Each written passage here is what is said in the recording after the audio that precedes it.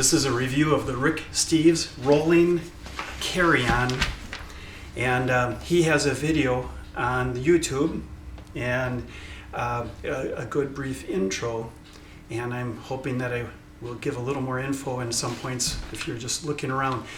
It's June 12th and they're on sale as of last night, and I bought this on sale and got it yesterday by UPS. And it's a really good, super good deal when it's on sale. And it's a nice deal all the time. So I'm hoping just to give some additional features here. It is a good design. Size is the main reason why I got it. The issue with size is international versus domestic flights. If you go to a place like eBay, some internet big bag selling, luggage selling place, they'll have a list of the airlines with what their size restrictions are and weight. And 21 by 14 by 9 is a pretty standard limit. And this easily met that. And most others with 2 wheels. There's a lot of 4-wheel ones that will, but you lose some space, is my perception. And 4 wheels is fine in the smooth of an airport. I didn't want 4 wheels when I'm going down pavement on, not pavement, cobblestones in a place like Venice and Florence. Oh, Florence has big bumps that you're going over, and I wanted nice wheels. In addition to talking about international restrictions for size, in Associated Press on June 6th in the Minneapolis paper there's a new standard being rolled out. Only some odd name airlines that I've never flown on have it now, but it's 21.5 inches, which this still fits, by 13.5 inches, which this just fits, by 7.5 inches deep. Well, Rick says it's 9 inches, and I see this just before this came in the mail by UPS. And I'm going, oh man, am I already outdated, just like with computers. But if you measure to the top of the hard point here, it is low enough to meet their requirement.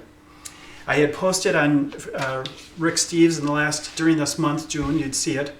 There's a question a couple of times on, have you had a domestic bag or seen someone, so it's first-hand knowledge, a domestic qualified kind of bag, so 22 inches instead of 21, getting rejected at European airports. And quite a few stories there of people being rejected. And there's 2 tests that people mentioned. One is where they lower it down this way into the tester. Another one is where it passes through this way. And maybe there's some shoes in a bag sticking out, in a pouch sticking out. They had to take them out, and then it passed through that way. So 2 different tests. Yes, I can always check a bag. It costs a little more. You have to wait around. The other thing is that I want something, though, when traveling. Once you're in a big city, Athens, Paris, Venice, small, but you just don't drive anywhere there. Venice, Florence, get into the hotels. You leave the train. I've rented cars, but that's to get between smaller sites. When you're in the bigger one, you get off the train, get off the metro, you want to get to the hotel, don't want to use a taxi, see the sights, something like this. The wheels are nice and outbound further than that you'll see on Rick's literature. And that's nice. I had the worst one time while traveling with my family. The wheels were in, and it just flipped over on me. I had to work to keep it nice and horizontal.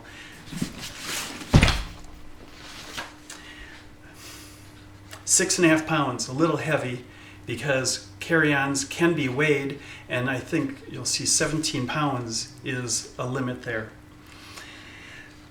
So, now to the zippers, just to try to give you a little more of a view than what Rick has.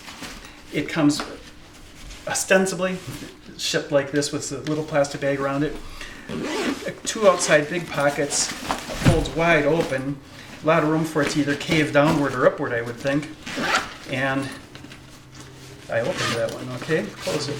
A small pocket there, and that pocket zips around just to there.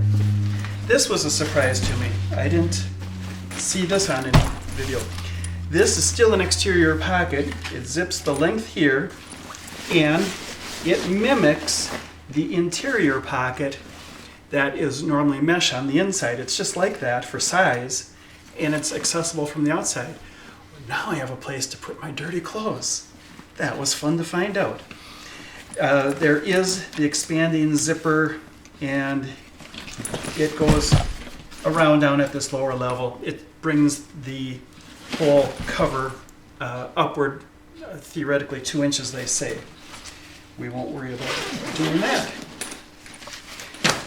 On the inside, you've got the standard mesh area here. It came, Rick mentioned this, I think, on having a color-coded kind of blending in pouch that you can hide down, and maybe a valuable might be a little more hidden there. I'm going to keep it in my little belt pocket thing there. But it also, inside of that, came 2 pouches. These are nice, handy, lockable sliders. That's nice. The only comment about the inside then, because it's rather predictable, since the size restrictions, it is tighter feeling than I've ever had. I just bought an Eagle Creek, one of the shirt folding, forget the name of it, the one with the parachute kind of material, the white see-through kind of light material. And it really fits from edge to edge around in here. These vertical posts where the handle goes up and down, oh, this is detachable. I'll never carry it around with me. These really project into it a lot, so I'll try to figure out how I want to store my socks and undies or whatever here, because then my shirts would go in on that shirt folding thing, and pants there. And it really takes up a lot of space there. I'll have an inch or 2 of space after that.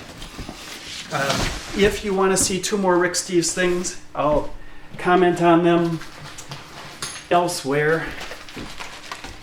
Is a clothesline and the smaller of the toiletry bag.